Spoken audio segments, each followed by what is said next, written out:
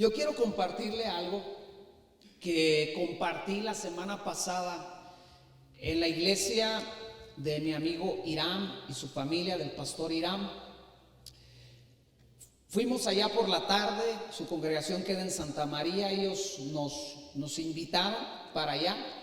Ahí fue un tiempo muy hermoso estar allá con ellos, pasar tiempo con ellos y compartirles el mensaje de la palabra. Ellos me encargaron mucho: salúdame a la iglesia, salúdame a tu congregación, salúdame a ese grupo de personas, de hermanos que se congregan allá con ustedes.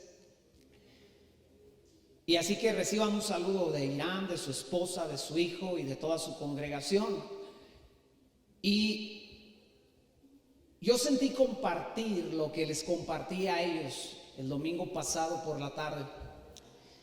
Y esta predicación se titula Tiempo de Transición. Di conmigo, tiempo de transición.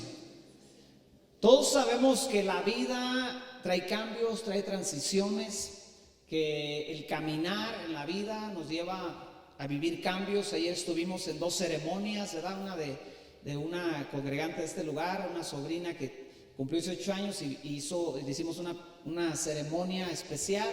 Y Jimena también, que cumplió sus 15 años, ayer le hicimos una ceremonia, sus papás organizaron y nos invitaron a participar. Y fue hermoso, y son tiempos de transición. Y yo quiero que me acompañes a 1 Samuel capítulo 7 y que vayas al verso 3. Yo quiero leer hasta el verso 12 y quiero compartir contigo estas cosas que Dios ha puesto en mi corazón.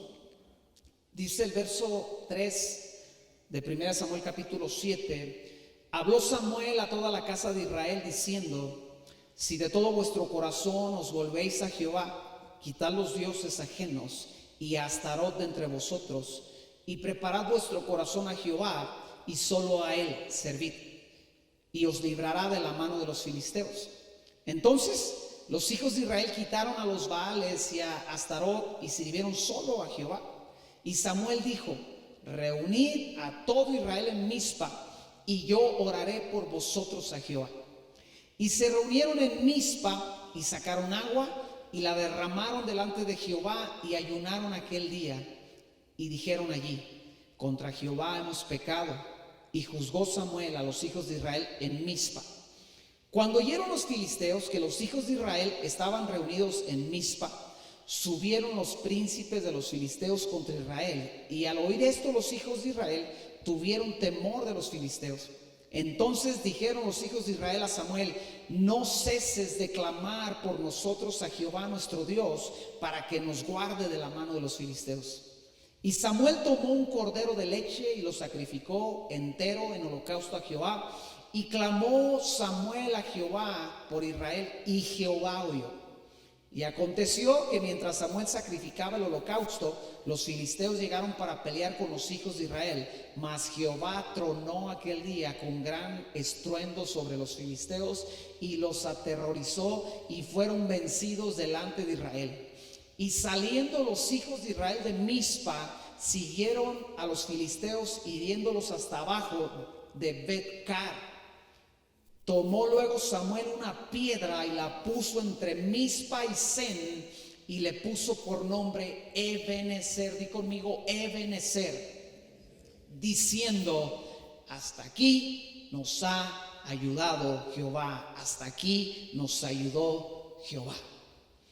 Y esta historia es una historia bien conocida por el cristiano, por el lector de la palabra de Dios, por aquel que ha escuchado la predicación. Esta historia es muy conocida. Este nombre Ebenezer es muy conocido porque Ebenezer es una verdad básica del cristiano. Ebenezer es una verdad que dice: hasta aquí, hasta donde he llegado el día de hoy, hasta aquí me ha ayudado el Señor. ¿Cuántos pueden decir amén a esto? ¿Verdad? Así es. Es una verdad que es básica. Uno debe de entender, o debe de llegar a entender, que Dios es ayuda para el creyente, para su hijo, para su pueblo. Y Es una historia que cotidianamente la recordamos, la predicamos, la estudiamos, la enseñamos, la nombramos. Esta es una historia muy poderosa y muy evidente, fructífera en nuestra fe. Pero yo quiero hoy que analicemos un poco qué fue lo que pasó para que ellos llegaran a esto, a esta parte de la historia. Y quiero que vayas al mismo libro, pero al capítulo 4. E iremos analizando poco a poco qué fue lo que ha pasado. Y quiero que en el capítulo 4 de 1 Samuel, verso 1 al 4, leamos y entendamos algo. Nos estamos regresando en la historia. Dice: y Samuel habló a todo Israel por aquel tiempo. Por aquel tiempo salió Israel a encontrar en batalla a los filisteos y acampó junto a Ebenezer. Di conmigo Ebenezer. Y los filisteos acamparon en Afec. Y los filisteos presentaron la batalla a Israel. Y trabándose el combate, Israel fue vencido delante de los filisteos, los cuales hirieron en batalla en el campo como a 4,000 hombres. Y cuando volvió el pueblo al campamento, los ancianos de Israel dijeron: ¿por qué nos ha herido hoy Jehová delante de los filisteos? Traigamos a nosotros de Silo el arca del pacto de Jehová, para que viniendo entre nosotros nos salve de la mano de nuestros enemigos. Y envió el pueblo a Silo y trajeron de allá el arca del pacto de Jehová de los ejércitos que moraba entre los querubines, y los dos hijos de Eli, Ofni y Fines, estaban ahí con el arca del pacto de Dios. Verso 5. Aconteció que cuando el arca del pacto de Jehová llegó al campamento, todo Israel gritó con gran júbilo y la tierra tembló. Cuando los filisteos oyeron la voz de júbilo, dijeron: ¿qué voz de gran júbilo es esta en el campamento de los hebreos? Y supieron que el arca de Jehová había sido traída al campamento.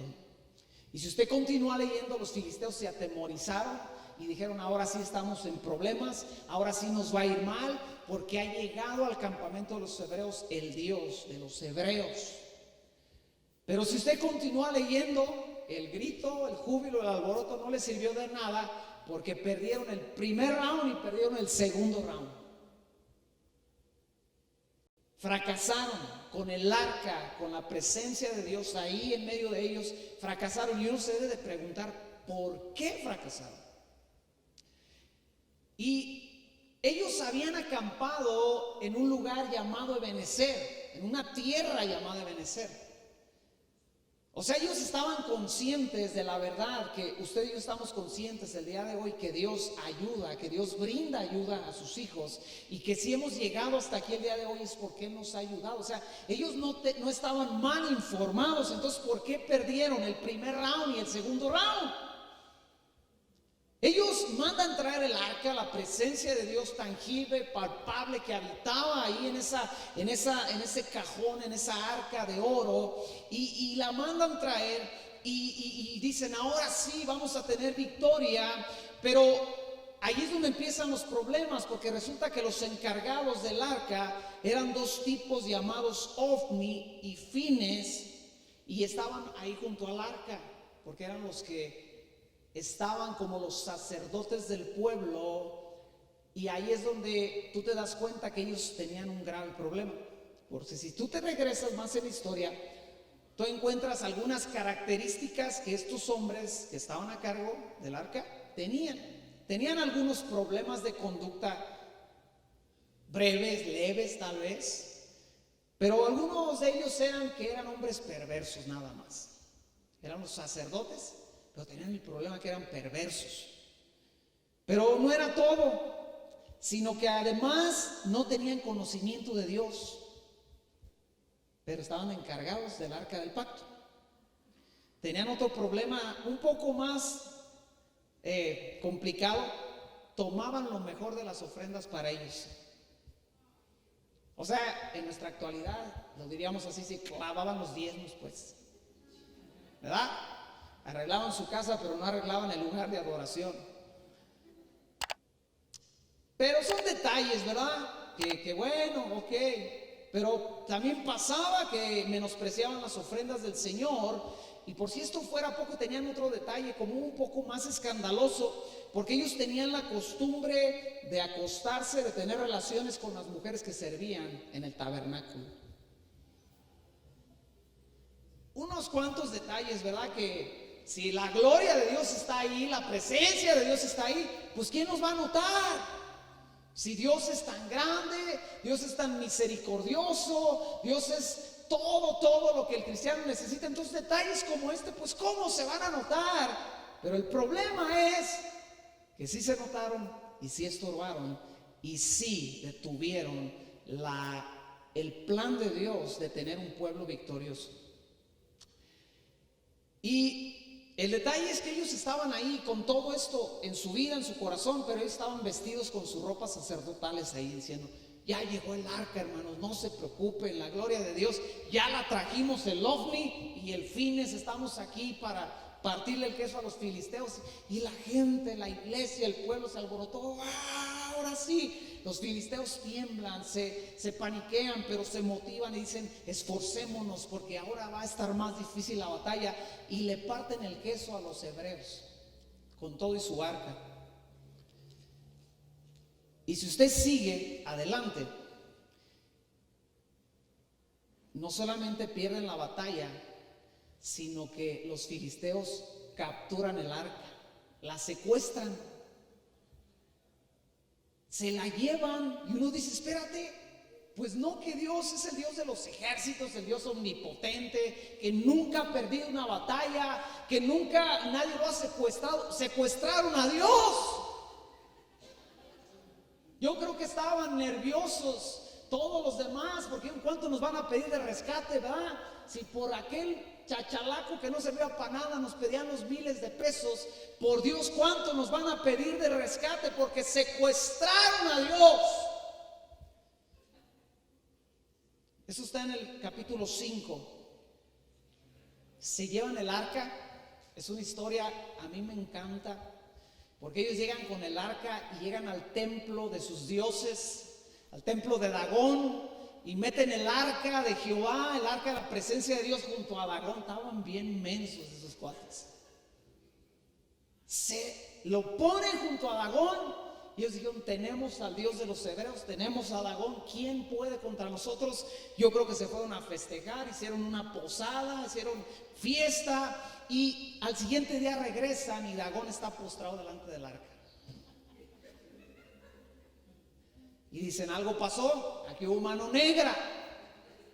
Lo levantan a Dagón, se llega la noche una vez más, se van, y al siguiente día encuentran a Dagón no solamente postrado, sin cabeza, sin manos, el puro tronco dejó.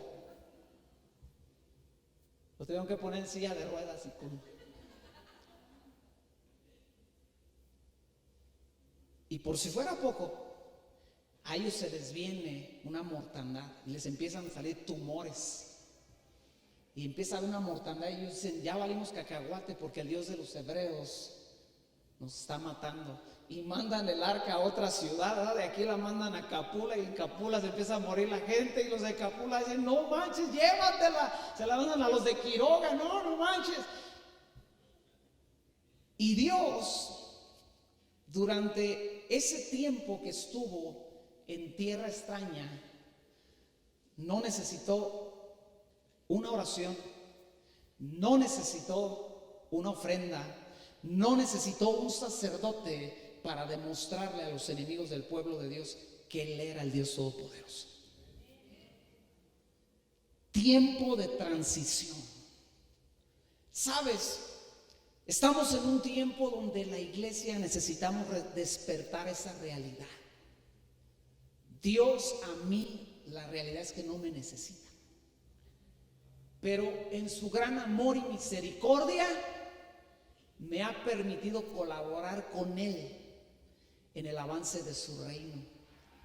Pero cuando yo como pastor me pongo mis moños o no entiendo que hay una forma de trabajar con Dios, y entonces a mí se me hace fácil simplemente vivir bajo apariencias y descuidar la santidad o descuidar la santidad en la iglesia, ¿será cuestión de tiempo? donde Dios me enseñará que Él puede hacer las cosas sin mí.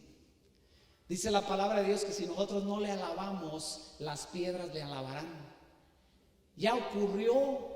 Usted sabe, usted que ya está cuarentón como yo, usted debe de saber que los cassettes, ¿se acuerdan de aquellos cassettes que poníamos en las grabadoras y que ya cuando estaba chafa se lo tragaba la cinta? ¿Usted sabía que esa cinta está hecha de roca, de piedra?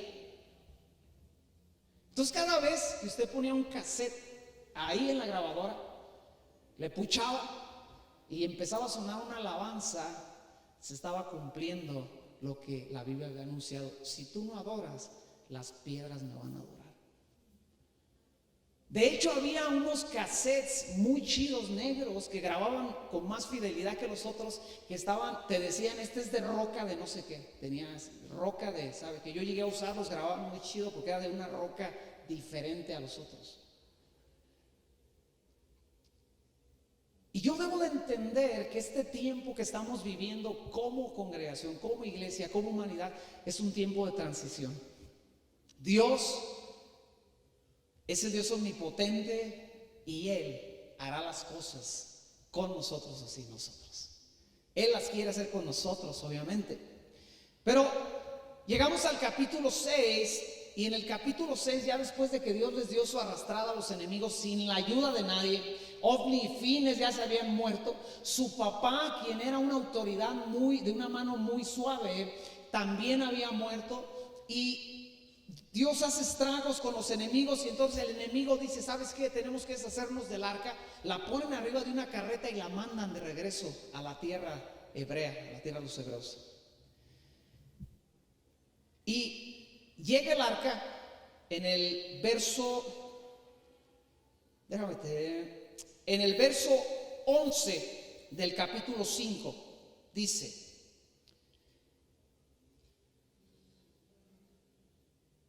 y enviaron y reunieron a todos los príncipes de los filisteos diciendo: enviad el arca de Dios de Israel y vuelva hacia su lugar, y no nos mate a nosotros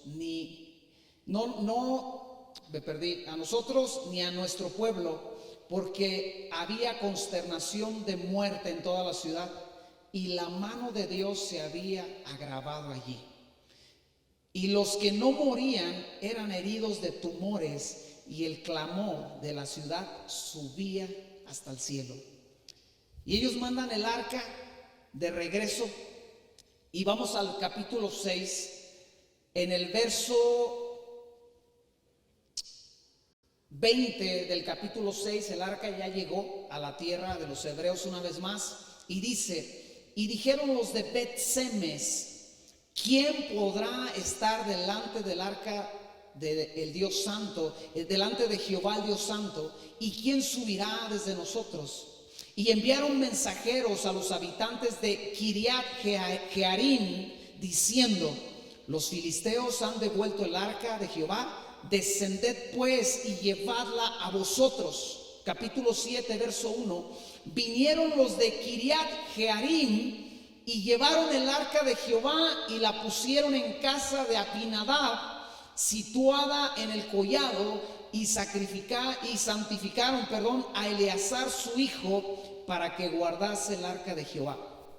Verso 2, escucha: desde el día que llegó el arca a Kiriat Jearim pasaron muchos días, 20 años, di conmigo 20 años, y toda la casa de Israel lamentaba en pos de Jehová. Antes de que el arca fuera capturada, habitaba en Silo. ¿Sabes qué quiere decir Silo? Silo quiere decir tranquilo, tranquilidad.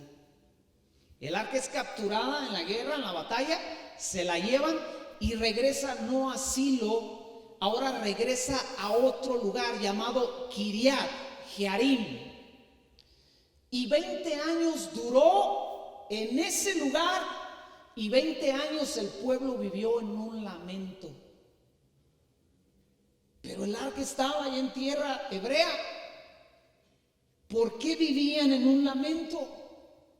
¿Por qué vivían en una condenación? Si usted busca la palabra lamentar, es experimentar aflicción, pena o disgusto por algo. O sea, en el pueblo de Israel el que no estaba afligido vivía en una pena, parecía alma en pena. Y el que no estaba disgustado, había amargados por todos lados. Pero la presencia de Dios estaba ahí. Y la podían buscar,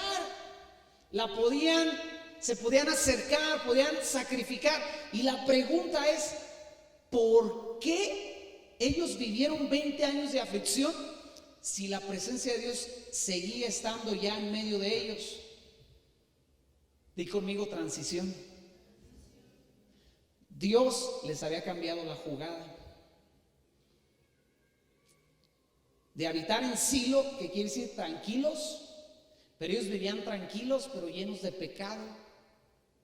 Los mismos sacerdotes, los mismos encargados del arca de ministrar la presencia de Dios, eran unos desgraciados que no tenían temor de Dios. Pero estaban tranquilos. O sea, ni el pecado los incomodaba. Se robaban las ofrendas, tenían relaciones con las que servían en el templo, pero ellos estaban tranquilos y el pueblo no se afligía. Es decir, yo te pregunto, ¿cuándo deberían de haber estado más afligidos? ¿Cuando estaba en Silo el arca, pero con un montón de pecadores alrededor? ¿O ahora que estaba en otra parte de la tierra de los hebreos, pero que la estaban cuidando otras personas, de las cuales ahorita vamos a ver qué quiere decir? Escucha, ellos vivieron en aflicción porque, número uno, ellos tenían costumbres. Su cristianismo, por decirlo así, su religión estaba llena de costumbres, pero no tenían temor de Dios. Ellos tenían tradiciones, tenían vestiduras, tenían formas, tenían protocolos que cumplían, pero no les importaba que detrás de esos protocolos algo estuviera mal, que no hubiera santidad y que no hubiera temor de Dios. No se afligían por eso. Ellos tenían lenguajes religiosos, pero no tenían convicciones profundas en sus corazones. En cuanto algo era diferente de lo que estaban acostumbrados, el lamento los atrapaba.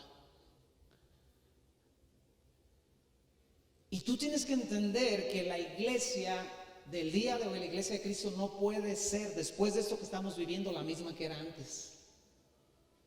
Número uno, ¿sabes a mí qué me deja esta enseñanza de esta pandemia? Que más que nunca debemos estar conscientes de que no sabemos qué día y a qué hora Dios nos va a llamar a cuentas. Y aunque caminamos obviamente pidiendo que Dios nos guarde, confiando que Dios nos guarde de esta problemática, de este problema, debemos ser bien conscientes que el problema es real. Y más que nunca la iglesia debe de entender que debemos caminar en santidad y en temor de Dios. Más que nunca el creyente debe de caminar cada día diciendo y escudriñando su corazón. Y como dijo Pablo, analizándose a uno mismo. Esto es transición, porque hace un año que estábamos bien quitados de la pena en la fogata de Navidad. ¿Y cuál la amenaza de muerte? A las 12 te metías ya que caían los balazos y ya te la libraste de esa Navidad, ¿no? Entonces a seguir Y ahora el peligro es más latente, más evidente. Dios ha cambiado la jugada. Cerramos las iglesias porque las autoridades nos pidieron cerrarla. ¿Y qué cree? Dios no se dejó de mover y Dios no dejó de salvar gente. En plena pandemia, mi esposa y yo fuimos más solicitados por matrimonios que cuando no había pandemia. Y nos llamaba, oye, es que hay un matrimonio que está en problemática. No, matrimonios no cristianos, entiéndame, no de la iglesia, matrimonios que no conocíamos. ¿Sabes qué? Hay un matrimonio así, así. Íbamos, compartíamos la palabra, el evangelio, consejería. Y hay matrimonios el día de hoy, para gloria de Dios, que están aquí en medio de nosotros, cuando las iglesias estaban cerradas. O sea, nos debe de caer el 20, amados hermanos, que Dios se va a mover con nosotros o sin nosotros. Pero la diferencia, lo importante aquí es que Él quiere que nos movamos con Él. Pero no podemos no vivir esa transición, ese cambio en nuestra mente, en nuestro corazón, de capturar todo lo que debemos capturar en este tiempo. Debemos de entender que las cosas ya no van a ser iguales otra vez.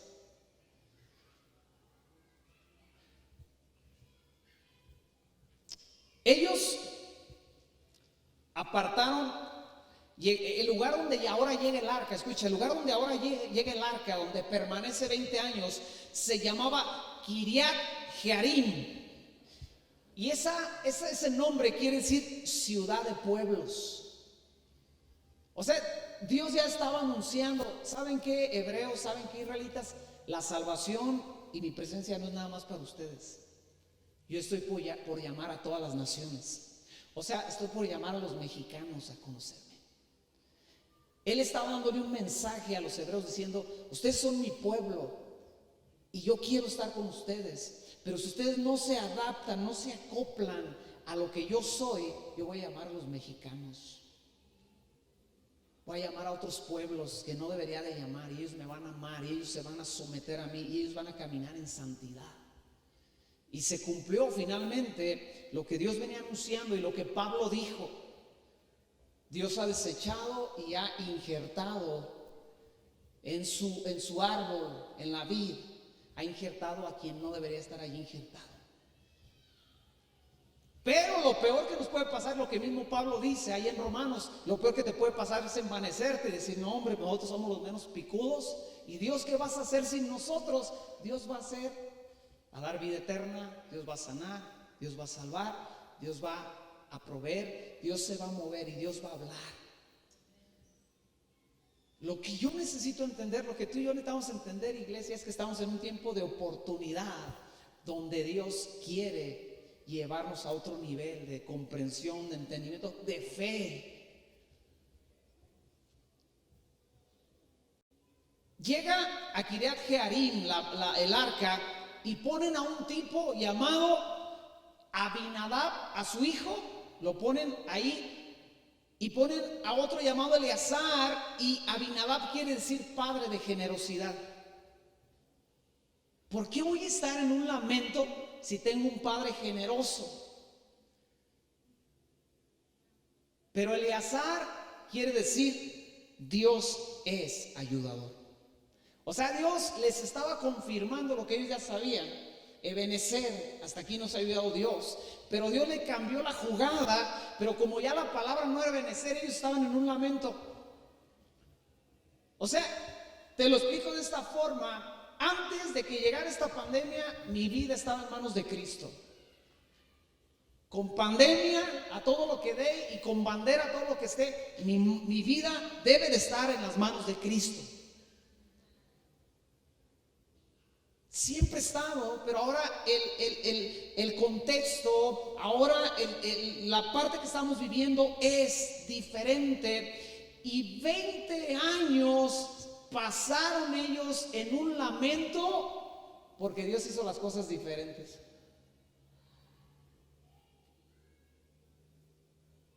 Y tú y yo debemos de entender en este día que aunque Dios cambie la forma de hacer las cosas, su amor sobre nuestra vida no cambia, su salvación no cambia, la vida eterna que tenemos no cambia, su provisión, su ayuda no cambia. Yo no me canso de decirlo y de decirlo. ¿Cuántos de ustedes se quedaron sin comer un día de los que van de toda esta pandemia? Nadie. Porque Dios ha determinado guardarnos y protegernos.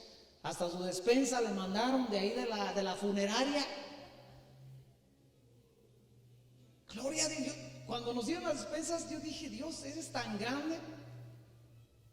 Porque realmente, o sea, nadie estaba muriendo de hambre. Obviamente es bendición que Dios manda y que es buena, pero realmente nadie estaba en una crisis de vida o de muerte. Y sin embargo Dios manda, órale, ahí está. Les voy a decir algo, en medio de esta supuesta crisis, de esta situación, todos vamos a cenar en Navidad bien rico. Y estamos en tiempo de crisis. O sea, la mano de Dios es fiel y es firme. Y entonces pasan 20 años y llegamos a esa parte que comenzamos a leer.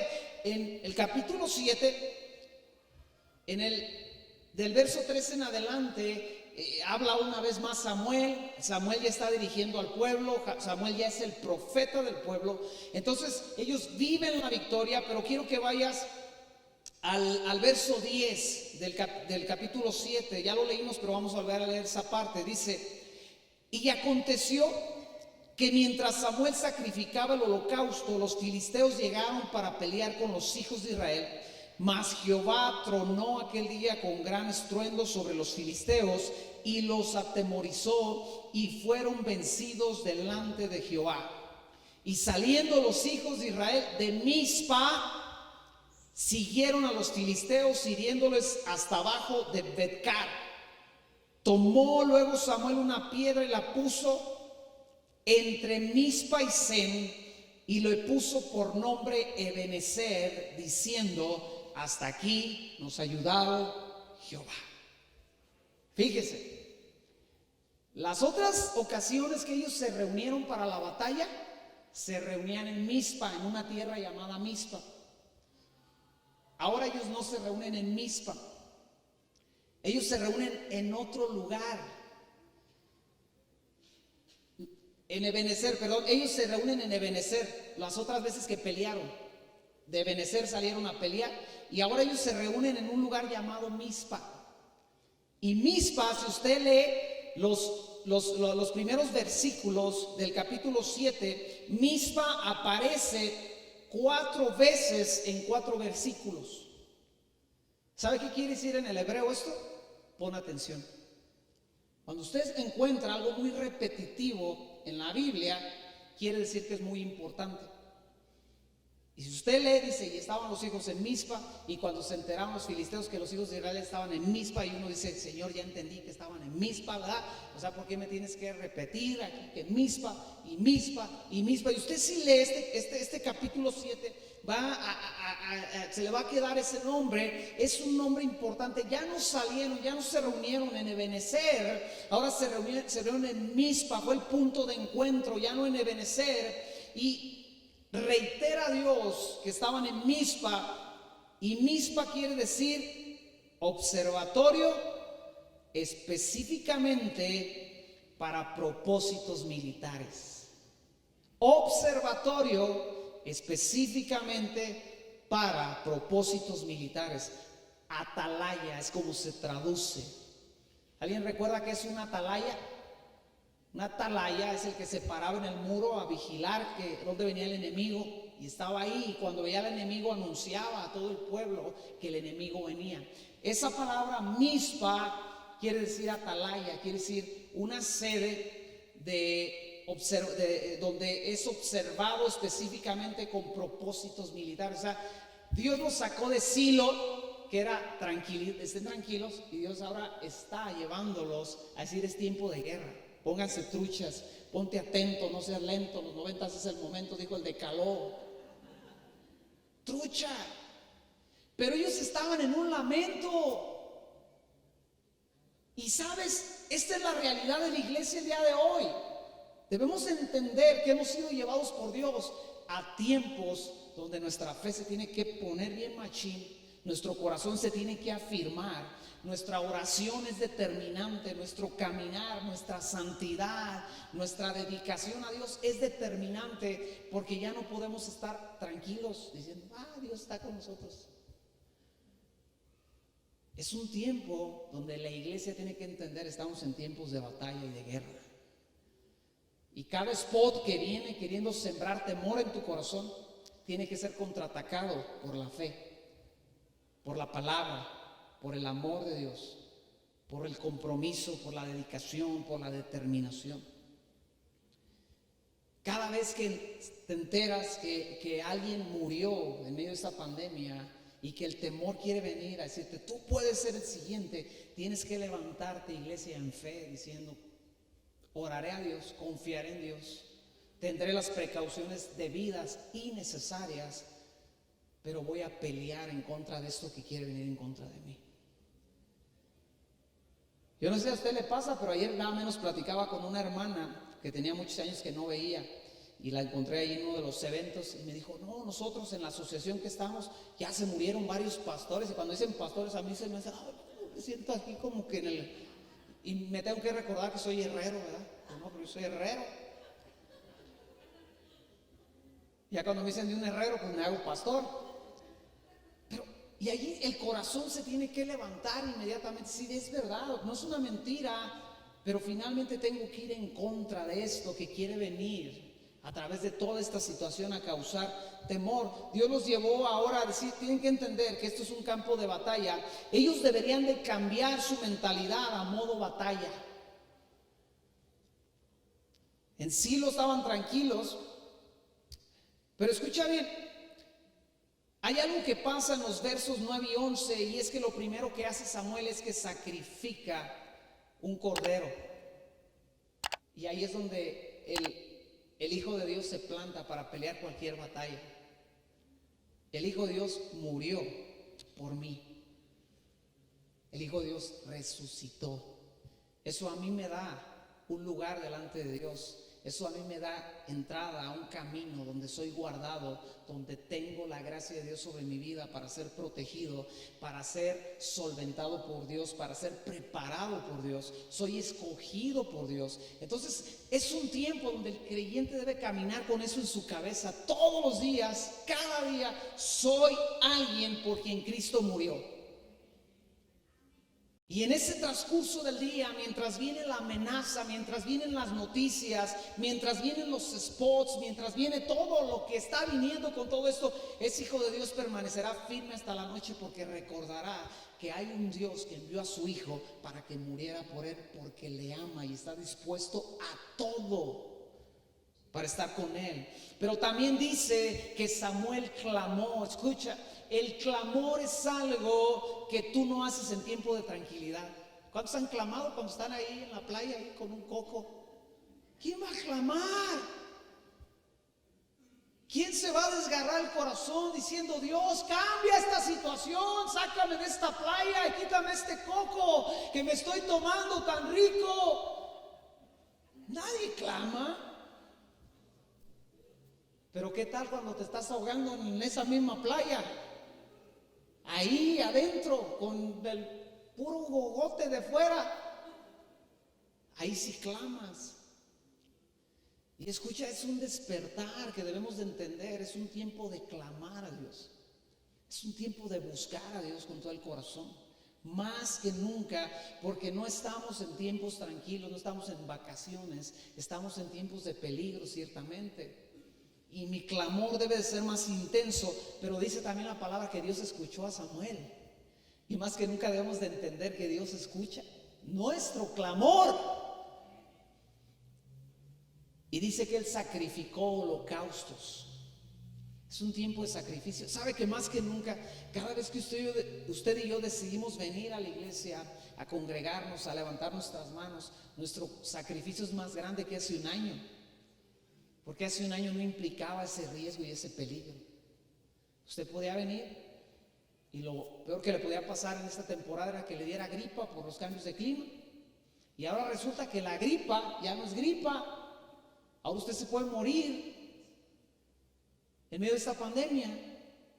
Y entonces cuando usted viene delante de Dios a pesar de todo y levanta sus manos aquí, decide confiar en Dios, ese sacrificio se hace más grande delante de Dios. Se pasó a otro nivel.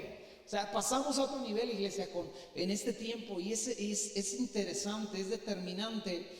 Pero dice el verso 12 que en medio de todo eso, en medio de la victoria, es cuando Samuel toma una piedra y la pone entre Mizpa y Sen. Ojo, Ebenezer dejó de ser una tierra. Ebenezer se convirtió en una roca. Yo hago la pregunta, ¿habrá una diferencia entre 10 hectáreas, 20 hectáreas y una piedra? ¿Habrá, si yo te digo, te regalo esta piedra o 10 hectáreas, qué escoges? No, pues las hectáreas, ¿no? Pues una piedra, ¿para qué la quiero? Hay una piedra yendo allá a Pátzcuaro que tiene forma de rana y la pintaron ahí llegando a la estancia. Aunque me dieran esa pintada de rana, yo para qué, las hectáreas ahí, dame el rancho que está aquí pegado a la carretera.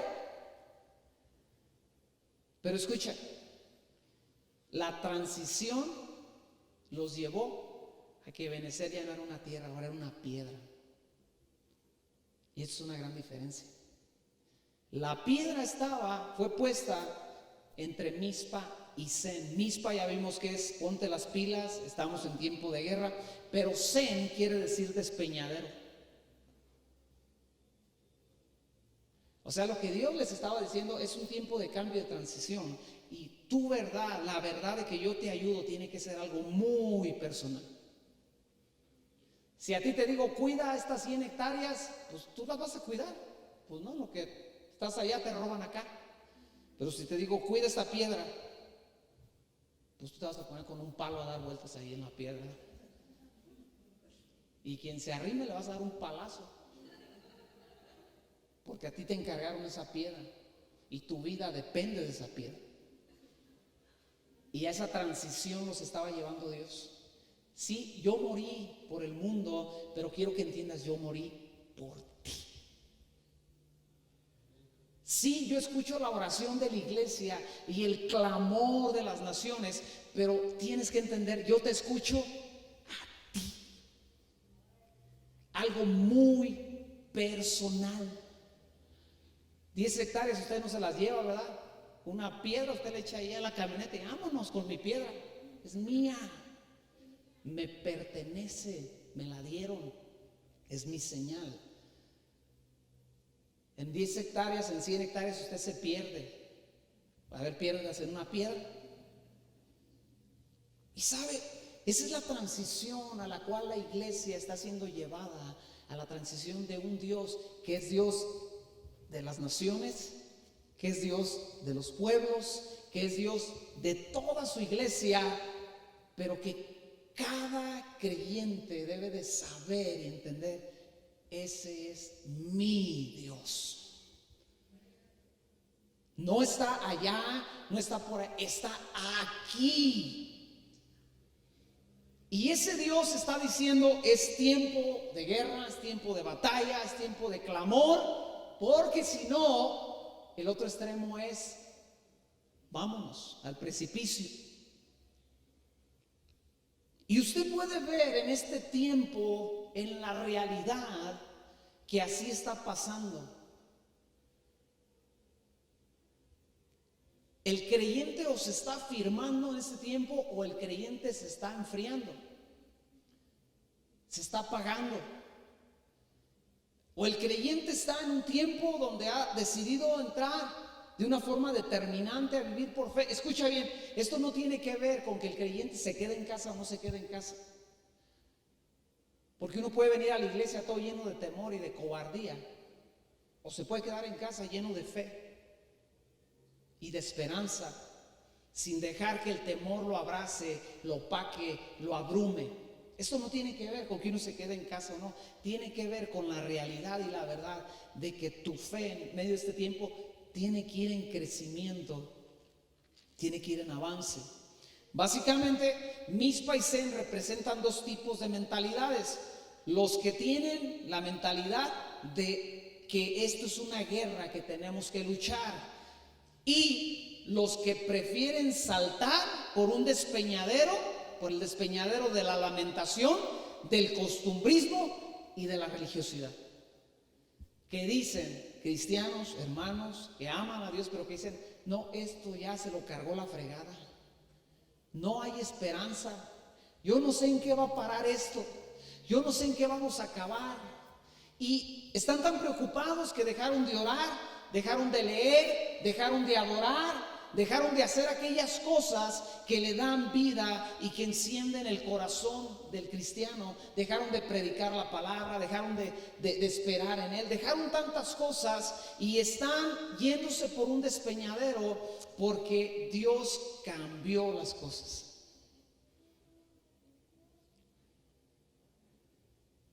¿Qué marcaba la diferencia entre unos y otros en esta historia? Una piedra, una roca. No un terreno, no una ciudad, una piedra. Y tú y yo tenemos que entender que ahí es donde Dios nos quiere llevar de una forma personal. Es el tiempo donde finalmente, si mi hermano tiene fe, qué bueno. Pero yo no me puedo dar el lujo de yo no tener la misma fe que él tiene. Es algo personal. Esto se convirtió en algo personal. Ya no importa en este tiempo a la iglesia que pertenezcas y qué tan ungido está el siervo del Señor de esa congregación, de esa iglesia, si es apóstol, si es profeta, si es querubín, o si es patriarca, o si es no sé qué se quiera nombrar. La realidad es que aunque tengas apóstol o tengas profeta o tengas lo que tengas, cuando sales a la calle hay algo que dice que es probable que mueras. Y entonces ahí no importa si tu pastor es el mero chido o el mero mafufo o el mero ungido o tiene no sé qué, los 7 dones y hasta ángeles, hasta alas de ángel están saliendo ya de tan ungido que está. Finalmente, cada paso que das, tú lo tienes que dar de una forma personal, confiando en Dios. Y esa es la transición a la cual nos ha llevado Dios. Y eso es bueno, a mí me encanta eso. Me encanta cuando Dios toma el control. Cuando Dios dice, yo lo voy a hacer. Cuando Dios empieza a marcar la pauta. Cuando Dios empieza a hacer las cosas que nadie más puede hacer. Lo que ellos no pudieron hacer con los filisteos, Dios lo hizo sin la ayuda de nadie. Pero Dios seguía invitándolos, yo quiero, y volvieron a pelear con los filisteos y ahora sí ganaron. ¿Por qué ganaron? Porque escucharon ahora sí la voz del profeta, porque se volvieron a Dios, porque se arrepintieron, porque buscaron a Dios, porque clamaron, porque adoraron, porque sacrificaron, porque hicieron todo y cada una de las cosas que tenían que haber hecho. Y amada iglesia, yo quiero terminar con esto. Escucha, necesitamos volvernos a las verdades básicas de nuestra fe. La iglesia a través de los años se llenó de muchas cosas, de ideas, de... Una vez, recuerdo hace muchos años, como 10 años, por alguna razón 2 libros cayeron en mi mano, 2 libros cristianos. Y te digo los títulos porque es una diferencia radical. Uno de los libros se llama más bien, de hecho lo tengo conmigo, se llama La vida normal de la iglesia cristiana, de un escritor que ya falleció hace muchos años, que se llama Watchman Nee. Y en ella te describe cómo la iglesia primitiva establecía las iglesias, cómo trabajaban. Un hombre con un conocimiento y una gracia de Dios para... Y el otro libro en mi otra mano se llamaba Igle Crecimiento. Igle Crecimiento. O sea, en otras palabras, cómo hacer que tu iglesia crezca. Y en esos libros te enseñan los métodos, las técnicas de poder hacer que tu iglesia crezca. Y hay detalles, o sea, una vez un pastor decía, si hubieran traído a Juan el Bautista a nuestros conceptos de iglesia crecimiento, lo hubieran reprobado, le hubieran dicho, para empezar, Juan, te viste regacho.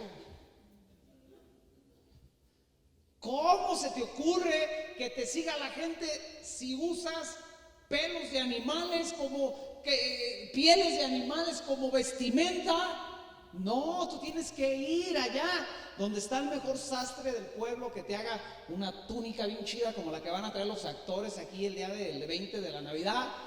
Tu turbante, tu corte de pelo, tu look, ¿verdad? Y entonces si la gente, como va a haber un pastor bien chido acá, bien fufurufo, va a querer ir a tu iglesia, Juan. Pero ¿cómo con esas garras? Ahora, Juan, ¿qué comes? No, pues miel y chochos. No manches, estás predicando y aquí la pata del chocho. ¿Qué onda contigo? Y yo recuerdo que tomé esos 2 libros y dije, ¿cuál leo? A mí me gusta mucho leer, lo que me falta muchas veces es tiempo.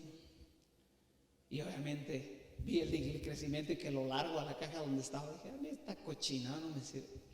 Agarré el de la vida normal de la iglesia cristiana. fue un libro que marcó mi vida y me hizo entender muchas cosas.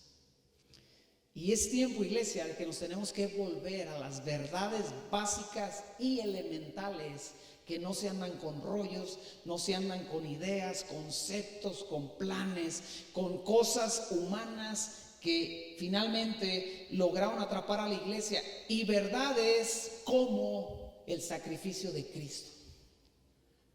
Verdades como Dios es alguien que ayuda a su iglesia.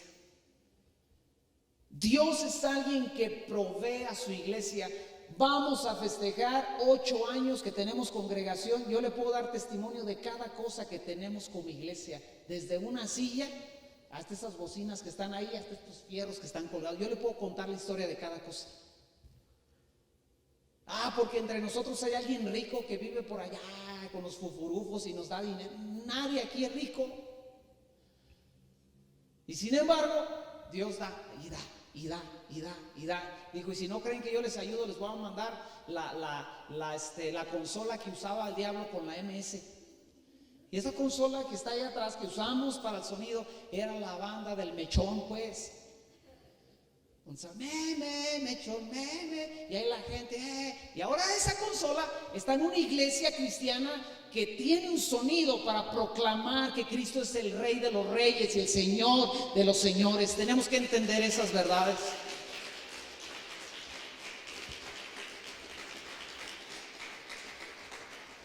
Tenemos que volvernos a la verdad de que hay un Espíritu Santo que se mueve dentro de la iglesia y que hace grandes cosas y que cambia mi vida y que me capacita y que me ama y que me revela. Tenemos que volvernos a la confianza en Dios. Tenemos que volvernos a la palabra. Nos tenemos que abrazar más que nunca de este libro. Más que nunca.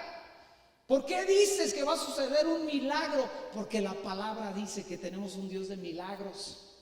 ¿Por qué piensas que no puedes morir en esta pandemia? Mira nomás que ñango estás. Tú ni pandemia ocupas para morirte.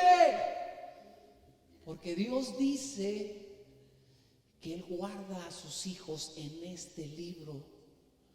Y hay unos locos que fueron echados a un horno de fuego, que no se postraron delante del rey y le dijeron, y aún cuando Dios no nos salve, no nos vamos a postrar. Y yo no me voy a postrar delante del temor, porque hay un Dios capaz de salvarme. Y si no me salva, dijo Pablo, es ganancia, porque ya estaré allá. Me olvido de Infonavit, me olvido de ser un herrero, me olvido de tantas cosas, ¿verdad? Que finalmente acarrea esta vida, pero que no las queremos dejar. Nos tenemos que volver a la búsqueda de Dios. Nos tenemos que volver a la fe. Nos tenemos que volver a la dependencia total en Dios. Escucha, iglesia, nos tenemos que volver a la oración. No podemos seguir orando como hemos venido orando este año. 2021 tenemos que subir nuestro nivel de oración y de búsqueda. Tenemos que volvernos a una búsqueda genuina de Dios. De una forma personal. El hermano Leonardo Ravenhill tenía una frase que decía, aun cuando toda la iglesia dejara de seguir a Cristo, eso no me da derecho a mí de dejar de seguirlo. O sea, en otras palabras, él estaba diciendo, yo tengo un Dios personal. Cada día yo le busco, no, pero es que mi esposo no cambia. ¿Y eso qué? ¿Qué tal? A lo mejor nunca va a cambiar. Búscalo. No, pero es que el gobierno, eso, su rollo, yo debo de buscar a Dios. No, que mis antepasados, no, que esto, no, que. Búscalo de una forma personal. Esa es la transición, parte de la transición que estamos viviendo. Dios quiere llevar a su iglesia a que le conozca, como dice su palabra desde el Antiguo Testamento. Todos ustedes me conocerán y nadie tendrá que decir a su hermano, conoce al Señor, porque todos me conocerán, desde el más chico hasta el más grande. Nos ponemos de pie. Dile al que está a tu lado, vive la transición, abraza la transición. Dile, no puedes seguir siendo el mismo, no puedes seguir siendo la misma. Estamos en tiempos de cambio, estamos en tiempos de reto. O te vas por el despeñadero de la costumbre, de la aflicción, del temor, o te plantas en Mizpa diciendo, pues esto es aguamazos, así que así me la voy a rifar. Aguamazos, nomás acuérdate que tu lucha no es contra sangre y carne, no te vas a pelear con el viejo y la vieja, ¿no? Contra las cosas espirituales que vienen contra de nosotros. Oramos, Padre Dios, te damos gracias por este día tan hermoso, por esta enseñanza, Padre, que hoy nos provees, por esta enseñanza que hoy nos das, Padre, por recordarnos que tú eres un Dios personal, un Dios que estás en todos lados, en todo el mundo, estás en la eternidad, estás por todo el universo, Padre, pero que finalmente, si yo no voy a esa búsqueda personal contigo, nada me gano, que tú seas el Dios y Señor de todos los tiempos, de todas las naciones y de todo el universo, Padre. Yo quiero, necesitamos, Señor, entender que tú eres el Dios de mi casa, el Dios de la casa de mis hermanos, el Dios de su vida, el Dios de su corazón, Padre. Así que yo pido en el nombre de Jesús que esa promesa que tú hiciste, Dios, de que cada uno te conoceríamos, se cumpla en este lugar, Señor Dios. Y que no importa nuestro trasfondo, nuestros problemas, el tiempo que tenemos en iglesia, el tiempo que hemos estado, lo que conocemos o no, Padre, la experiencia o la inexperiencia. Yo oro, yo pido en el nombre de Jesús, Padre, que cada uno de nosotros te conozcamos de una forma personal y genuina. En el nombre poderoso de Cristo Jesús, todos decimos amén. Dale un aplauso, Él es bueno.